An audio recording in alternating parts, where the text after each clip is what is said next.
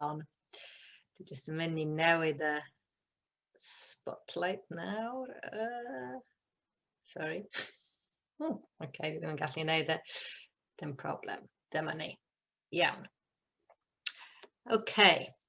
Dwi'n mynd I ddechrau heddiw gyda rhywbeth ychydig yn wahanol, gyda llun.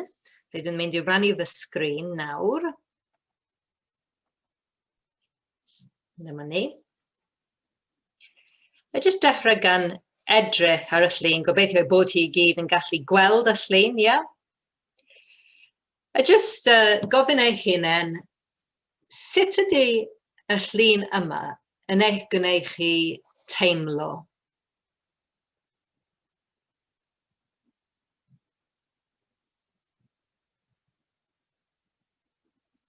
Mae'n amlwg taw cell ydy hon, cell mewn carchar. Ond hefyd, mae goleuni yn dod trwy ffenest yn y tŵ. Felly, hefyd, gofyn eich hunain, beth welwch chi yn gyntaf? Y cell neu'r golau? A jyst cymryd munud I siarad a ddiw am yr emosiynau sy'n codi ynoch pan dych chi'n gweld y cell.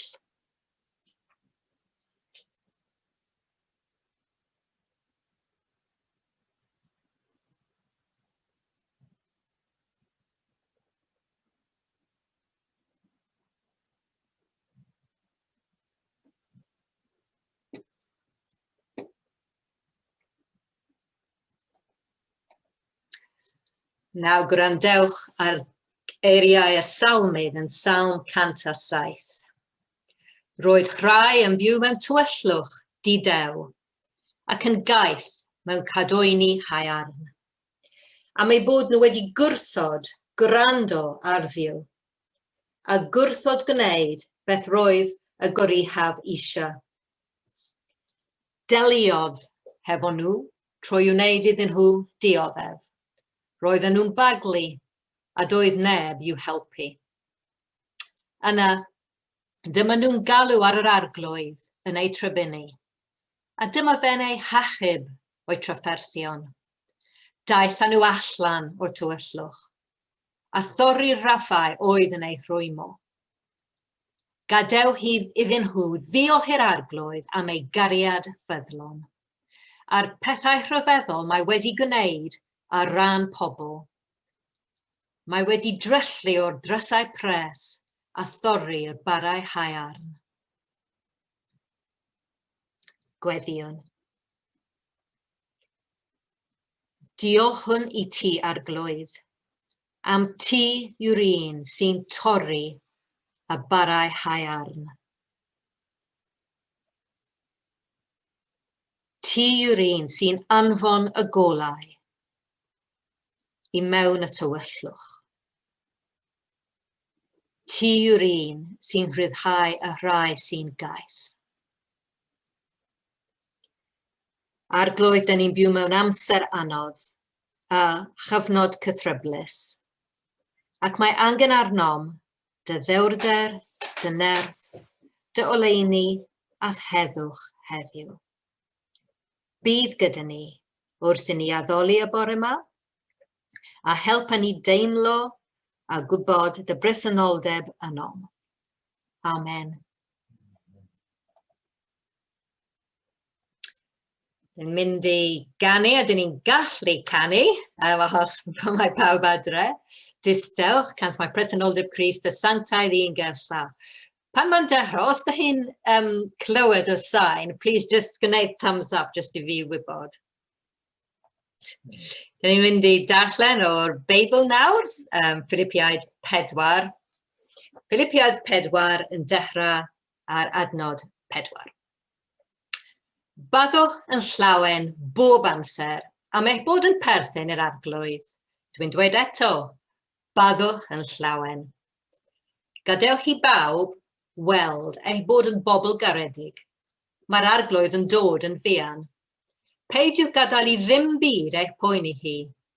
Gweddiwch, a gofyn I Dduw am bopeth sydd arno ei angen, a byddwch yn ddiolchgar bob amser. Byddwch chi'n profi'r heddwch perffaith mae Dyw yn ei roi, y daioni sydd tu hwnt i bob dyhymyg, yn gwarchod eich calonau a'ch meddyliau wrth i chi ddilyn y Meseia Iesu.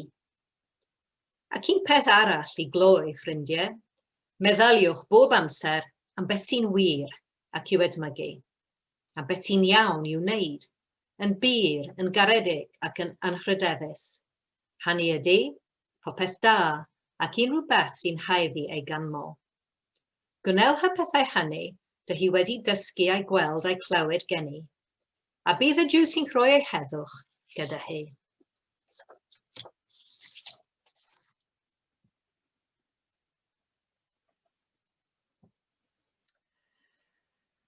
Wel, ydych chi'n ffeindio eich hunain yn edrych ar y newyddion yn fwy aml ar hyn o bryd? Ydych chi'n efallai edrych ar eich ffôn i weld beth sy'n digwydd ar Facebook neu WhatsApp trwy'r amser? Ydych chi'n trio atal eich hunain, ond ydych chi ddim yn gallu? Ydych chi'n poeni am fynd mas a dechrau ffeindio bod cwrdd o pobl wyneb yn eich gwneud chi'n teimlo yn flinedig? A dweud y gwir, ydych chi'n teimlo mwy blynedig nag oeddech chi'n arfer teimlo cyn y cyfnod cyn Covid. Ydych chi'n ffeindio bod pobl yn cwmpo mas gyda'i gilydd neu gyda chi yn fwy aml dros bethau bach a dibwys? Ydych chi'n cael trafferth cysgu? Wel, os ydych, dydych chi ddim ar eich pennau eich hunain. Mae hyn i gyd yn symptomau o'r bryder. Ac ar hyn o bryd, mae pawb yn dioddef o'r bryder i ryw raddau. Yn ein darlleniad ni, mae Paul yn defnyddio'r gair Groeg am o'r bryder yn adnod 6, pan mae'n dweud, peidiwch gadael i ddim byd eich poeni hi. Hawdd dweud, anos gneud, ond ydy e. Ond cofiwch fod Paul yn ysgrifennu geriau yma oddi wrth gell, mewn carchar Rufeinig, felly mae'n werthwad gwrando ar ei gangorau, achos mae'n dod o brofiad go iawn. Pam bod pawb yn teimlo mor pryderus ar hyn o bryd? Wel, wrth gwrs, mae'r coronavirus ar bai. Mae pobl yn ofni cwmpo'n sâl, maen nhw'n poeni am eu hanoeliad nhw, yn enwedig y rhai sy'n fregus. Mae pobl yn ofni yr goblygiadau economaidd, colli swyddi, falle, hyd yn oed colli tai. Mae pobl yn poeni am eu iechyd meddwl nhw. Pobl ifanc yn ofni dyfodol heb ddyfodol fel petai. Ac mae pobl hŷn yn poeni y bydden nhw'n gaeth i'w cartrefu am weddill eu bywydau. Mae pobl sâl yn poeni am fynd at y meddyg neu'r ysbyty i gael triniaeth, rhag ofyn iddyn nhw ddal rhywbeth gwaith. Ac dydy hyd yn oed y capel ddim yn nodfa bellach. Mae'r capeli ar gau unwaith eto. Does dim hawl i ni ganu yn y capel, ac mae rhaid dilyn trefn anarferol, hyd yn oed yn chi Dyw. Digon i boeni amdani. Ond hefyd dwi'n meddwl mae yna reswm yn ddyfnach na hynny hefyd. Mae cymaint o bryder o gwmpas ar hyn o bryd oherwydd yn y gorffennol, roeddwn ni'n arfer toetlo ein hunain, ein bod ni'n rheoli ein bywydau ein hunain. Roeddwn ni'n credu bod popeth o dan reolaeth, a byddai ein hen fywyd o siopa, gweithio a chymdeithasu yn parhau am byth fel un o'n hawliau dynion. Mae rhan fwyaf ohonom wedi cael ein geni ers y lawer ryfel byd, ac dyn ni wedi byw ein bywydau mewn heddwch a chymdeithas sy'n gymharol sefydlog. Doeddwn ni ddim yn gallu dychmygu byd gwahanol. A nawr yn sydyn, dyn ni wedi cael ein gorfodi i sylweddoli nad ydyn ni'n rheoli popeth yn y byd. Gallai drefn i gyd newid mewn chwinciad, fel wnaeth e fis Mawrth diwethaf. A pwy a oer sydd dyfodol sut gennym i'w ddisgwyl. Ac wrth gwrs mae hyn yn achosi pryder hollol naturiol. Ond mae pryder yn beryglus iawn, achos bod sawl canlyniad yn llifo o'r pryder yma. Mae pryder yn dwyn dewrder, ac ymynedd oddi wrth bobl. Dydyn nhw ddim yn gallu wynebu dyfodol yn sicr, ac felly dydyn nhw ddim yn gallu ymdopi gyda'r presennol chwaith. Mae pryder yn dwyn gobaith. A heb obaith, mae'n anodd iawn i ni fyw bob dydd. I godi yn y bore, a gwneud y pethau bach sy'n ein gwneud ni yn fodau dynol. Ymolchi, gwisgo, caru, bwyta, mynd i'r gwaith neu'r ysgol, edrych ar ôl teulu, mynd am dro, cysgu. Felly mae pryder yn cael effaith erchyll arnom ni ein hunain, ond hefyd mae pryder yn effeithio ar ein perthnasau gydag eraill. Mae'n anodd i ni adeiladu perthnasau iach gyda'n cymdogion, gyda'n ffrindiau a'n teulu, pan dyn ni'n teimlo'n o'r bryderus ein hunain. Pan dyn ni'n poeni am bethau, dyn ni'n teimlo yn fregus. Ac wedyn mae'n anodd i ni newid ffocws oddi wrth ein hunain, dechrau gweld anghenion pobl eraill. Felly mae pryder yn adeiladu waliau, rhangom ac eraill. Mae pobl yn mynd yn fwy unig, ac mae iechyd meddwl nhw yn mynd i lawr. Wrth gwrs mae gorbryder yn salwch meddwl hefyd, sy'n gallu bod yn ddifrifol iawn, ac weithiau mae angen help meddyg am oddion i'w drin, a doedd dim byd o gwbl o'i le gyda hynny. Yn yr hen dyddiau, roedd pobl yn teimlo siom pan oedd rhaid iddyn nhw fynd at y meddyg oherwydd problemau iechyd meddwl. Ond dwi'n gobeithio bod y dyddiau yna wedi hen ddiflannu. Ond mae gyda'r Beibl hefyd rhywbeth yn cynnig ni i helpu gyda'r pryder, y pryder cyffredin a bod pawb yn teimlo yn y cyfnod anodd yma. Ac mae Iesu yn sôn llawer am o'r bryder. Roedd Iesu yn ddyn, yn fod dynol fel chi a fi, ac felly mae'n deall am pryderon ni. A dyma beth mae'n dweud wrth ei ddisgyblion yn y Fengl Matthew, ac mae'r geriau yma wrthyn nhw yn eriau wrthym ni hefyd heddiw. Felly, dyma dwi'n dweud, peidiwch poeni beth yw fwyta, a beth yw yfed, a beth yw wisgo. Onid oes mwy i fywyd na bwyd a dillad? Meddyliwch am adar, er enghraifft. Dyn nhw ddim yn hau, nac yn medu, nac yn storio mewn ysguboriau, ac eto, mae eich tad nefol yn ei bwyd o nhw. Dy hi'n llawer mwy gwerthfawr na nhw. Allwch chi ddim hyd yn oed gwneud eich bywyd eiliad yn hirach drwy boeni. A pham poeni am ddillad? Meddyliwch sut mae blodau gwyllt yn tyfu. Dydy blodau ddim yn gweithio nac yn nyddu. Ac eto, doedd hyd yn oed y brenin Solomon yn ei dillad crand ddim yn edrych mor hardd ag un ohonyn nhw. Os ydy Duw yn gofalu fel yna am flodau gwyllt sy'n tyfu heddiw ond yn cael ei llosgu fel tanwydd fori, mae'n siŵr o ofalu amdanoch chi. Ble ma'ch ffydd chi? Peidiwch poeni felly a dweud, beth wnawn ni fwyta, neu beth wnawn ni yfed, neu beth wisgwn ni. Y paganiaid sy'n poeni am bethau felly. Mae'ch tad nefol yn gwybod am bopeth sydd ei angen arnoch chi. Y flaenoriaeth i chi ydy gadael i fyw dernasu yn eich bywydau, a gwneud beth sy'n iawn yn ei olwg. Wedyn, byddwch yn cael y pethau eraill i gyd. Felly, peidiwch poeni am fori. Cewch groesi'r bont honno pan ddaw.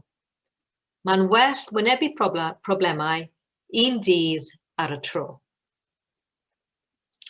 Wel, yma mae Iesu yn cynnig moddion effeithiol iawn am o'r pryder.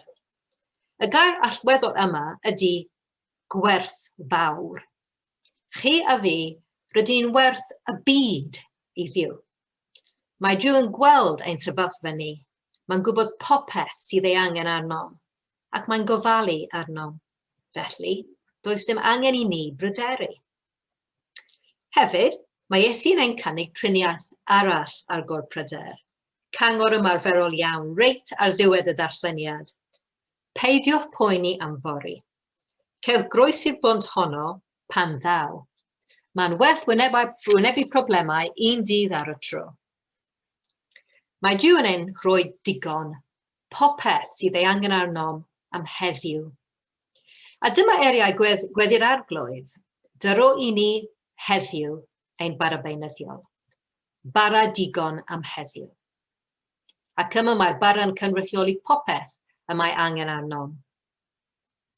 Ar ddiwedd bob dydd, dyn ni'n gallu edrych yn ôl ar y diwrnod a fi, a dweud, ie, heddiw mae Dyw wedi rhoi i fi popeth oedd ei angen arnaf.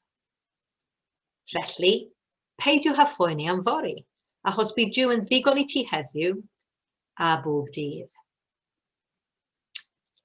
Ond weithiau, dyn ni'n gwybod y pethau hyn yn ein meddyliau ni, ond mae'n anodd ei gredu yn ein calonnau fel petai. Efallai'n bod ni'n meddwl, wel, mae'n hawdd i Iesu ddweud pethau fel na, wedi'r cwbl, mab Dyw oedd e. A dyma ble mae'n darlleniad heddiw oddi wrth eto Paul yn gallu ein helpu. Fel Iesu, mae Paul yn rhoi cyngor i'r rhai sy'n pryderu, ac mae'n rhoi 3 chyngor ymarferol iawn. Yn gyntaf, mae'n dweud, pan dych chi'n teimlo yn bryderus, dylech chi weddio.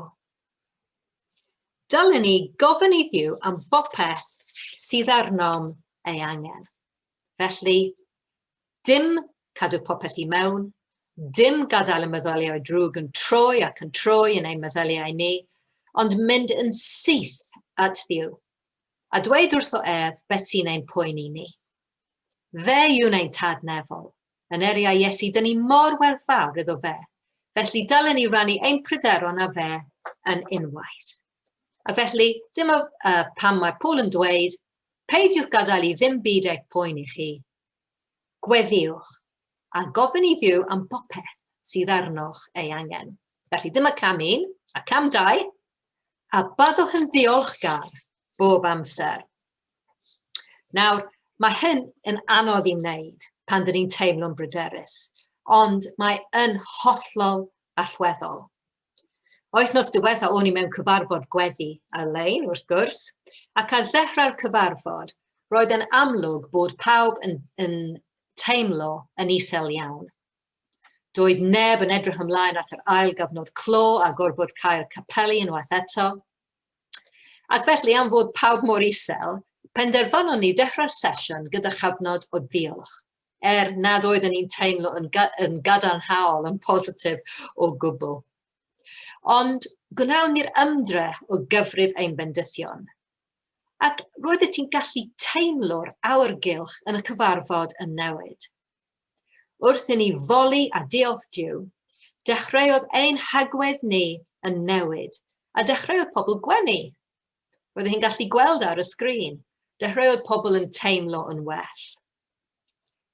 Ac mae cerddoriaeth yn gallu helpu hefyd. Mae llwyth o gerddoriaeth addoli, hen a chyfoes, ar gael am ddim ar YouTube. Felly, y tro nesaf y byddwch chi'n teimlo yn isel, yn bryderus, gwnewch yr ymdrech i foli Dyw. I ysgrifennu lawr ar ddarn o bapur, cymaint o bethau a phosib, yr ydych yn ei gwerthfawrogi yn eich bywydau chi. A rhowch rhyw gerddoriaeth Cristnogol ymlaen, emyn neu gan gyfoes, does dim ots, a molwch Dduw. Dwi'n addo a byddwch chi'n teimlo yn well. Felly, siarad â Dduw am beth sy'n ein poeni ni, ac yn ail bod yn ddiolchgar. Ac meddai Paul, os dyn ni'n gwneud y ddau beth yma, bydd y trydydd peth yn dilyn. Mae'n dweud, byddwch chi'n profi'r heddwch perffaith mae Dyw yn ei roi, y daioni sydd tu hwnt i bob dyhymyg, yn gwarchod eich calonnau a'ch meddyliau wrth i chi ddilyn y Meseia Iesu. Felly, os dyn ni'n gwneud y ddau beth yma, meddai Paul, bydd heddwch Dyw yn ddod, yn disodli'r pryder. Nawr, mae Paul yn defnyddio iaith diddorol iawn yma. Mae'n defnyddio'r iaith o nerth, o lywodraeth. Yn llythrennol, mae'n dweud yn adnod 6, a bydd Heddwch Jiw sy'n llywodraethu ar bob dealltwriaeth gwarchod eich calonau a'ch meddyliau yn Crist Iesu. Hynny yw, pan dyn ni'n dioddef o o'r bryder, yr o'r bryder yna sy'n chreoli ein meddyliau ni. Dydyn ni ddim yn gallu ei osgoi. Dydyn ni ddim yn gallu ffoi oddi wrth y pryder. Mae'r pryderon yn llywodraethu ar nom. Ond, meddai Paul dro ar ôl tro yn ei llethrau oherwydd buddugoliaeth Iesu ar y groes dros bwerau pechod a drwg, mae Iesu yn gallu torri nerth pryder drosom, a'i ddisodli gan nerth ei heddwch e. Yn union fel mae byddin yn gallu concro gwlad, rhyddhau trigolion y wlad a llywodraethu drostyn gyda doethineb a thosteri, mae Iesu yn gallu ein rhyddhau ni o fod yn gaeth ein pryderon. A bydd ei heddwch e yn llywodraethu ar nom yn lle. A hefyd bydd heddwch Jiw yn gwarchod ein calonau. Fel wal o gwmpws ein calonau, bydd heddwch Jiw yn ein hamddiffyn rhag y meddaliau drwg sy'n dod i ddwyn ein gobaith. Ac yn ôl mae Paul yn rhoi darn o cyngor ymarferol arall. Mae'n dweud, un peth arall i gloi, ffrindiau, meddyliwch bob amser am beth sy'n wir ac i'w edmygu, am beth sy'n iawn i'w wneud, yn bur, yn garedig, yn anrhydeddus. Hynny ydy, popeth da ac unrhyw beth sy'n haeddu ei gynmol. A bydd y Jiw sy'n rhoi ei heddwch gyda chi. Felly mae'n bwysig i ni dalu sylw i beth dyn ni'n gwylio a darllen a chlywed, sut dyn ni'n treulio ein hamser. Efallai nad ydy gwylio'r newyddion trwy'r dydd, neu fynd ar Facebook trwy'r amser y peth mwyaf adeiladol. Beth am ddewis yn lle i darllen neu wylio stori bositif, efallai stori wir o obaith, stori o rhywbeth mae Jiw wedi ei wneud yn y gorffennol. Straeon o bobl sydd wedi dod o hyd i obaith mewn ymgylchiadau anodd. Straeon o bobl sydd wedi gweld eu bywydau cael eu trawsffurfio gan ei ffydd. Mae hanes ein byd yn llawn arwyr, dynion a merched, ac mae'n bwysig i ni gofio eu hanes nhw. Felly, gan adnabod y bydd rhai pobl, yn angen cymorth meddygol yn bryder, dwi jyst eisiau dweud heddiw bod y Beibl yn ein cynnig cymorth ymarferol hefyd. Cam 1, cofiwch ei bod hi mor werth fawr i Dduw. Cam 2, pan ddaw y pryder, siaradwch â Jiw amdani ar unwaith. Cam 3, baddwch yn ddiolchgar, gwneud rhestr o bethau da yn eich bywydau hi, a gwrandewch ar gerddoriaeth addoli i godi eich calonau. Ac wedyn bydd heddwch Jiw yn ddod. Ac yn ola, llenwch eich meddyliau gyda phethau da, pethau sy'n codi calon, hyd yn oed pethau sy'n eich gwneud chi'n chwerthin. Ac bydd heddwch Jiw yn dod, yn rheoli eich meddyliau a gwarchod eich calonau. I orffen, hoffwn i awgrymu her i hi. Bob bore'r wythnos hon, pan dy hi'n codi yn y bore, ysgrifennwch lawr mewn llyfr nodyn neu ar ddarn o bapur, popeth sy'n eich poeni chi am y diwrnod sydd newydd dechrau. Dim am ymddiddiau i ddod, jyst y pethau sy'n eich poeni chi am heddiw, a gweddiwch dros dynt.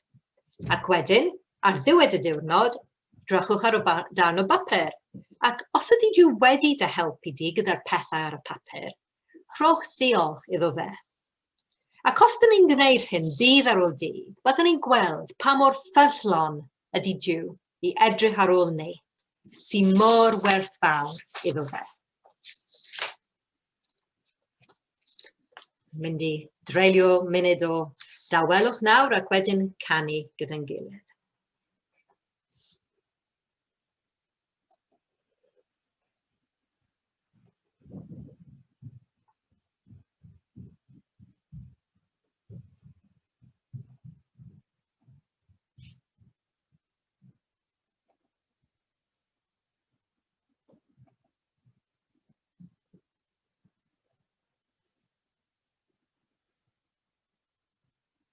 Yn Crist ei hun, ma'n gobaith i.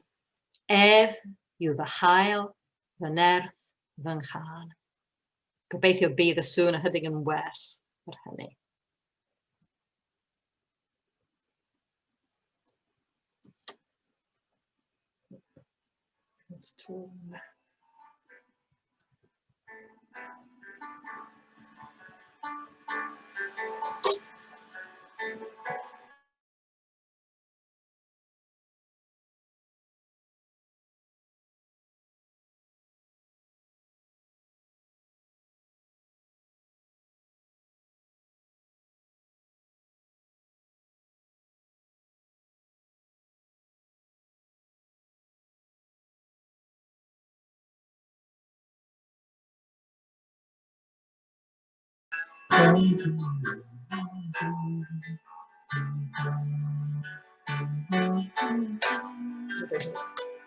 Ydych chi'n gallu clywed y sŵn?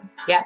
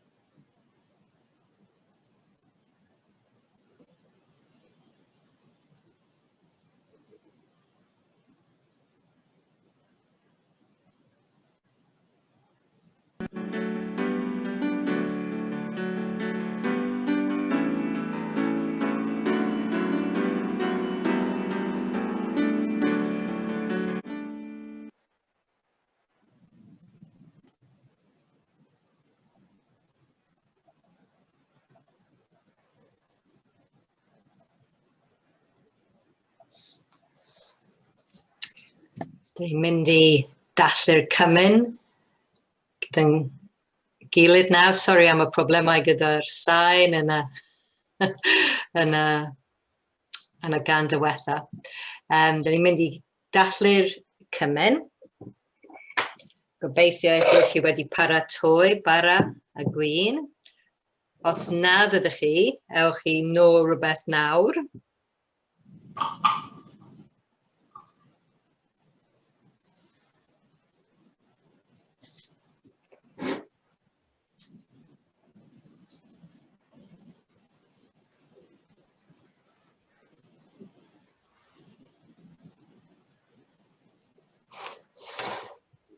Dywedodd Iesu Grist, dewch ata fi, bawb sy'n bryderus ac yn blinedig ac yn llwythog. Ac fe roedd â fi o'r ffwystra i chwi. Oherwydd lle mae 2 neu 3 wedi dod yn chydd, hyd yn oed ar-lein, yn fy enw i, yr oedd yno yn eu canol. A mae Iesu yn galw at o bawb sy'n dod bai pryder, blinder a phwyn, ac yn estyn iddynt ei wrthwystra a'i dangnefedd. Fel y mae wedi addo y mae yma, yn bresennol yn ein misg ni nawr, yn ein gwahodd at ei bwrdd, i gymryd bara a gwin i'r cof amdano, i rannu cymundeb ag ef ac a'n gilydd, i gyfrannogi o'r bendithiwr ysbrydol sydd ganddo ar ein cyfer, ac i dderbyn trigaredd a gras yn gymorth yn ei bryd. Felly, deiwn. Deiwn mewn llawenydd a ddiolchgarwch at fwrdd yr arglwydd. Gweddïwn. Ddiw sanctaidd a graslon, a rwyt ti wedi addo bod yn bresennol bob tro gyda rhai sydd yn dy geisio. Amlygad dy hun i ni nawr, wrth i ni ddisgwyl wrthyt. Byddaidydd gariad lenwi ein calonau. Byddaidydd nerth, oresgyn ein pryder. Byddaidydd dangnefedd, ymlid ein hofnau. A byddaidydd ysbryd glân ein harwain i lawenydd a dirgelwch cymundeb a thi tro Iesu Grist, dy fab. Cymerwn y cyfle i gyffesu, cyffeswn yn ostengedig, i ni behu, yn dy erbyn di, ac yn erbyn ein gilydd mewn cymaint o ffyrdd.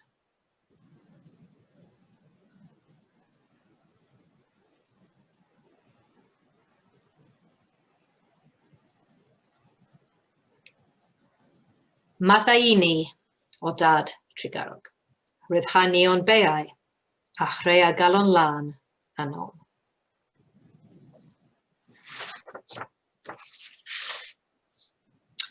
Fel hyn, a mae'r Apostol Paul yn disgrifio sefydlu sacrament swper yr arglwydd. Oherwydd bydd derbyniais i oddi wrth yr arglwydd ar hyn hefyd a dradoddais i chwi. Yr arglwydd, Iesu, a nos y brydachwyd ef, gymryd bara. Ac wedi iddo diolch, fe'i torodd yn gallu cymryd eich bara hi a torri hefyd. Torodd a dweud, hwn yw fy corff sydd yr eich mwyn hwy. Gwnewch hyn cof amdanaf.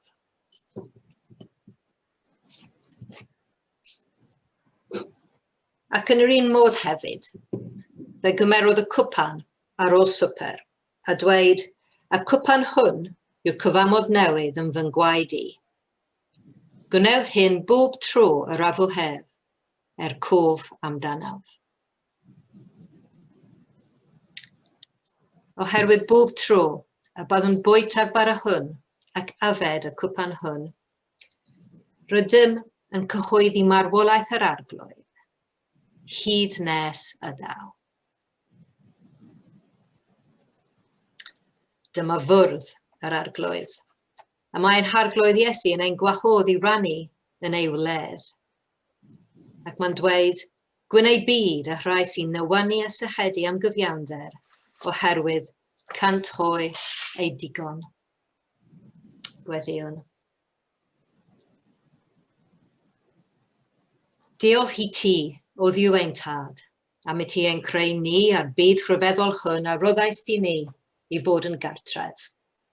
Diolch i ti am ein cynnal, drwy holl flynyddoedd ein bywyd, a llenwi ein dyddiau a digonedd a llawenydd. Yn arbennig dymun o diolch i ti am anfon dy fab Iesu Grist i fyw fel un ohonom ni, i farw ar y groes drosom ni. I'w adgyfodi gennyt o blith y meirw fel y fod yn fyw gyda ni yn awr. Felly dad cariadus. Fe wnawn ni hyn i gofio cymaint y mae Iesu yn ein caru, ac y dylem ninnau hefyd ei garu ef. Anfon dy ysbryd glân arnom, fel y gallwn ni wrth fwyt ar bara hwn ac yfed y gwyn hwn, yn borthu ar Grist a hael ein llenwi a'i fywyd a'i ddaioniedd. Cyflwynwn ein teuluoedd, ein ffrindiau, ein cymuned, ein gwlad, ein byd, i ddofal di yn awr. Ni'n gweddïo'n arbennig dros Lisa, Sharon, a Mary Richards, A'r bobl yma, dyn ni'n ei henwi nhw yn ein calonau ni nawr.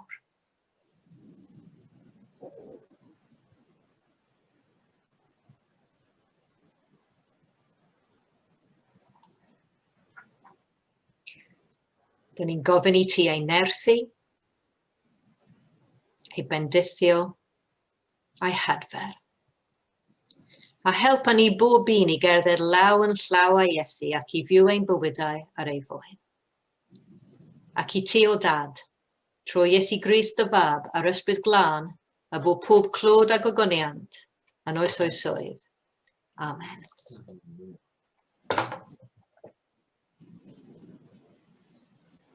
Dywedodd Iesu, hwn yw fy corff, sydd yr eich moyn chwi. Gwnewch hyn cof amdano.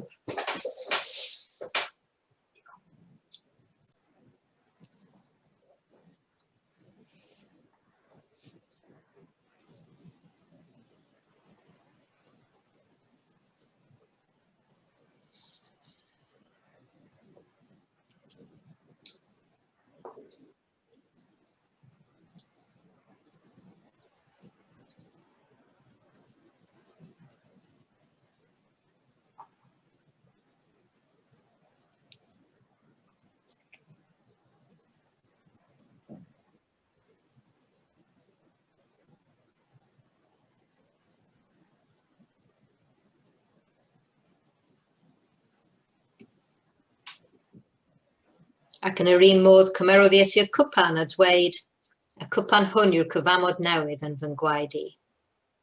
Gwnewch hyn bob tro yr yfwch hef cof amdanaf.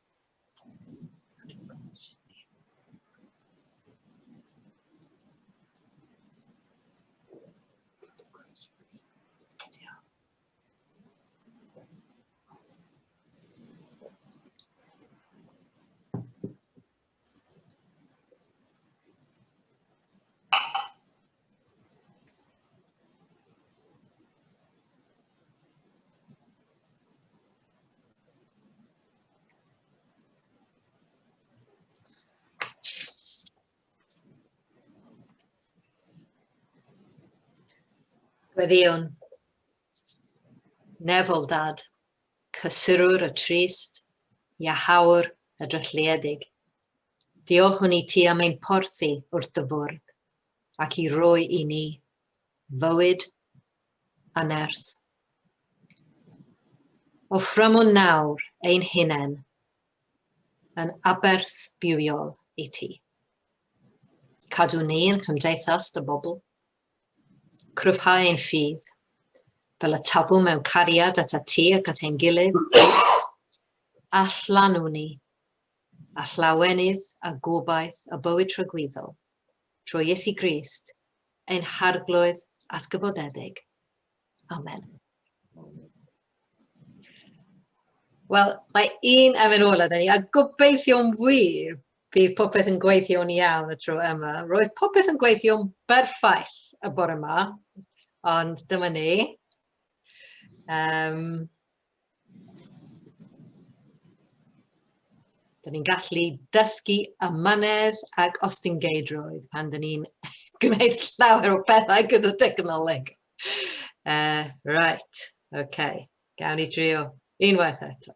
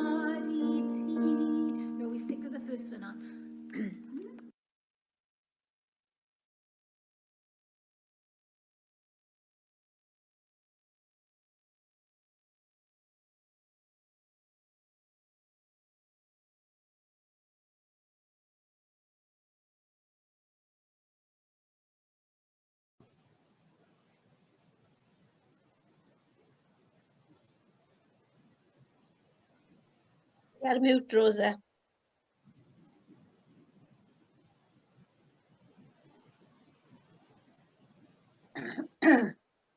Rosa, ti ar mute.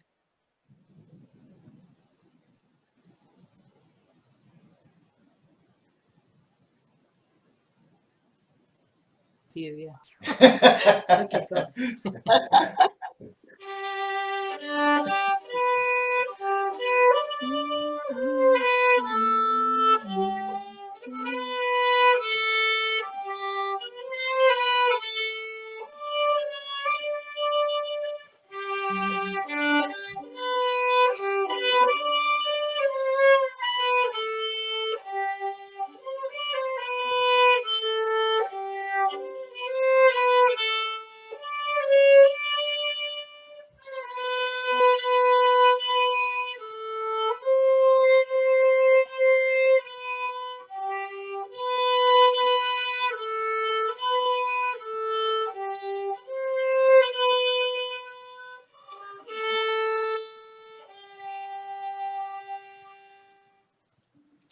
Diolch. Diolch pawb, sori am y problemau technegol. Diolch yn fawr iawn. Croeso mawr.